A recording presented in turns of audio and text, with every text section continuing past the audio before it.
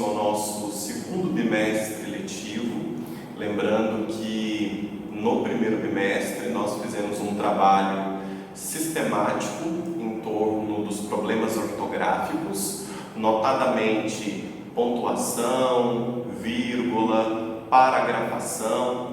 É sempre bom frisar que no primeiro bimestre o objetivo era fazê-los compreender os mecanismos constitutivos da língua.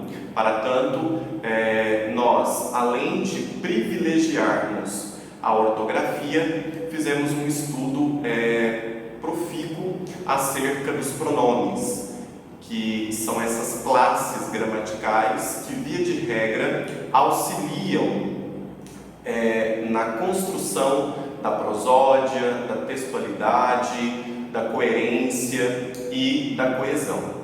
O conteúdo previsto pela nossa matriz curricular a ser trabalhado no segundo bimestre é a variação linguística. Muito provavelmente é uma nomenclatura conhecida por todos vocês, haja vista que quando se pensa em variação linguística eu preciso notabilizar o preconceito linguístico, portanto será uma de minhas principais referências discutir de que maneira que o preconceito linguístico ele impacta diretamente na produção discursiva, na produção dos enunciados. Então nós percebemos que a variação linguística ela possui algumas diretrizes elementares, como por exemplo, se analiso a variação linguística, é necessário que haja uma compreensão do seu todo, manifestação das diferenças no registro linguístico falado ou escrito. E nós percebemos que dentro dessa definição do que seja verdadeiramente a variação linguística, eu preciso analisá-la sobre alguns eixos. Então nós temos o eixo regional, a faixa etária, a classe social, a profissão e o aspecto histórico.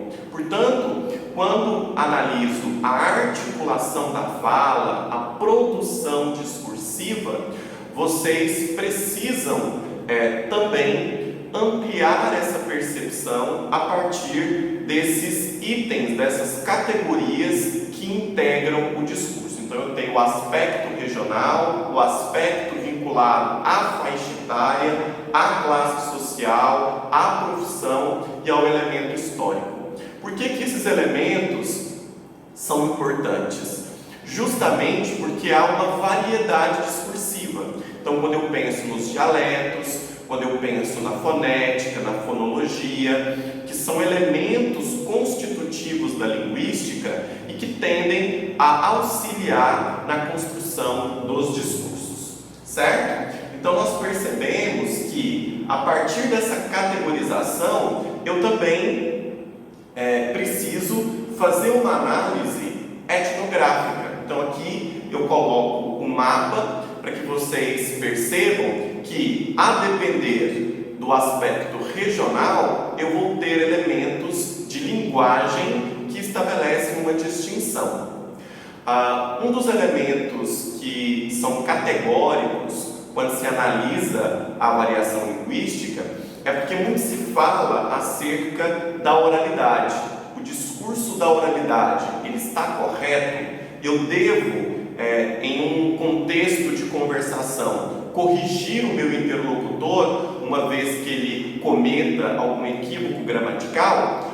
O José Luiz Fiorin, que é um dos principais linguistas que discutam sobre esses elementos que agregam a linguagem, diz que não cabe qualquer tentativa de correção, uma vez que se o enunciador ele produziu uma mensagem e o receptor conseguiu decodificá-la, decifrá-la, houve uma cena de conversa. Portanto, não há qualquer tentativa de invisibilizá-la, menosprezá-la. Então vocês podem perceber que nós temos alguns aspectos no mapa que categorizam o nosso falar. Temos um falar nórdico, amazônico, nordestino, né? Temos a fala sulista, a fala mineira, a fala baiana, né? Sotaque fluminense. Portanto, há uma infinidade de elementos que se agrega na nossa conversação. E aqui eu irei disponibilizar esse quadro ilustrativo no GR8 para que vocês possam verificar as diferenciações na oralidade.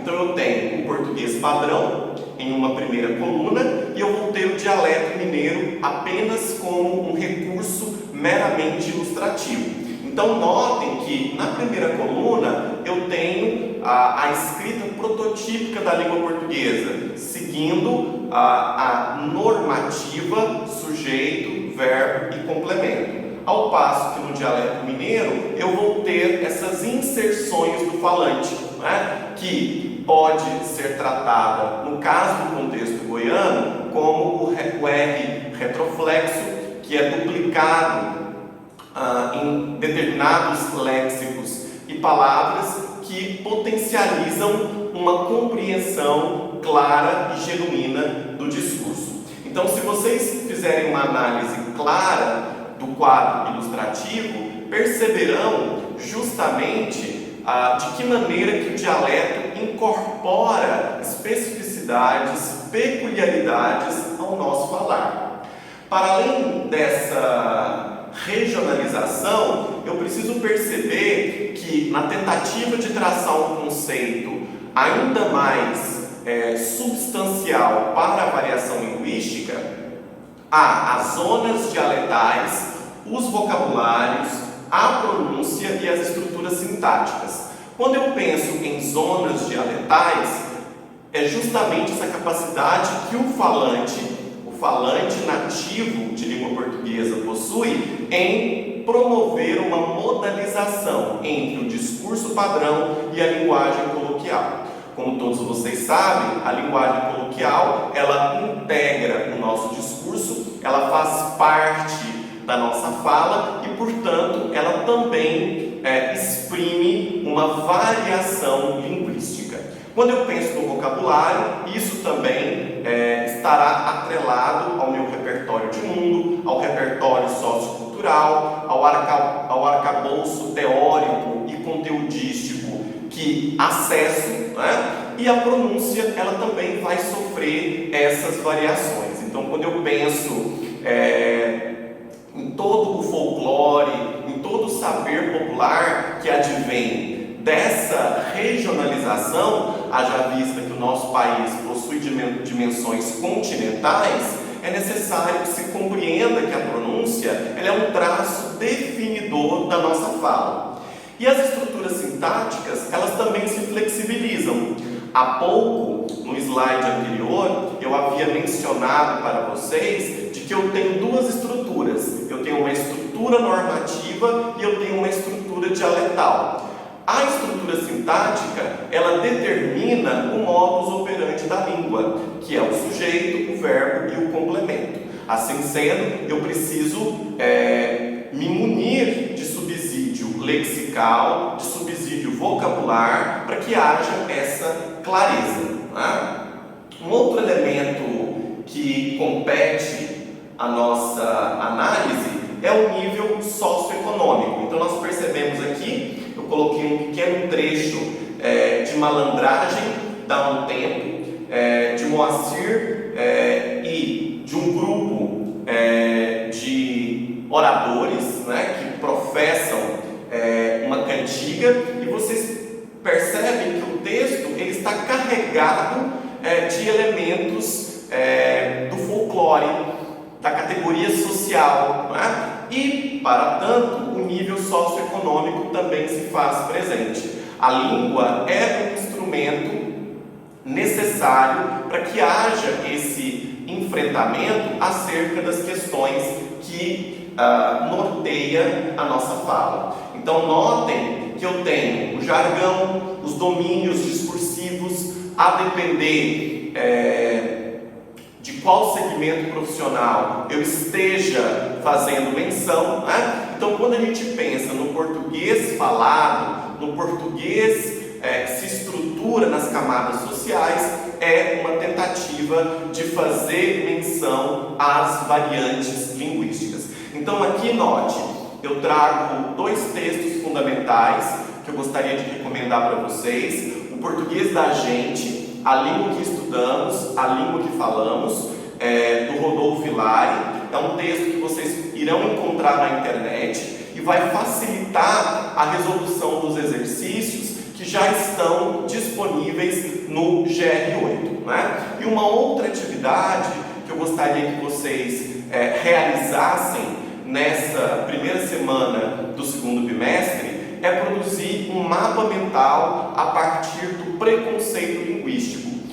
Como mencionei há pouco, o Marcos Banho, que é o autor deste livro, Português Brasileiro, um convite à pesquisa. Vocês encontram no Google o livro Preconceito Linguístico, e eu gostaria que vocês escolhessem um dos capítulos dispostos no livro para se produzir um mapa mental. Esse mapa mental vocês irão disponibilizar no próprio e-mail. Então vocês irão fazer um mapa mental, podem fotografar caso queiram e encaminhar para o meu e-mail, que eu vou deixar aqui na descrição do vídeo também. E dessa forma vocês já começam a se aperfeiçoar dentro desse contexto que é a avaliação linguística, certo? Qualquer dúvida, vocês podem estabelecer contato pelos fóruns. A nossa atividade, como dito anteriormente, ela já está disponibilizada na própria plataforma.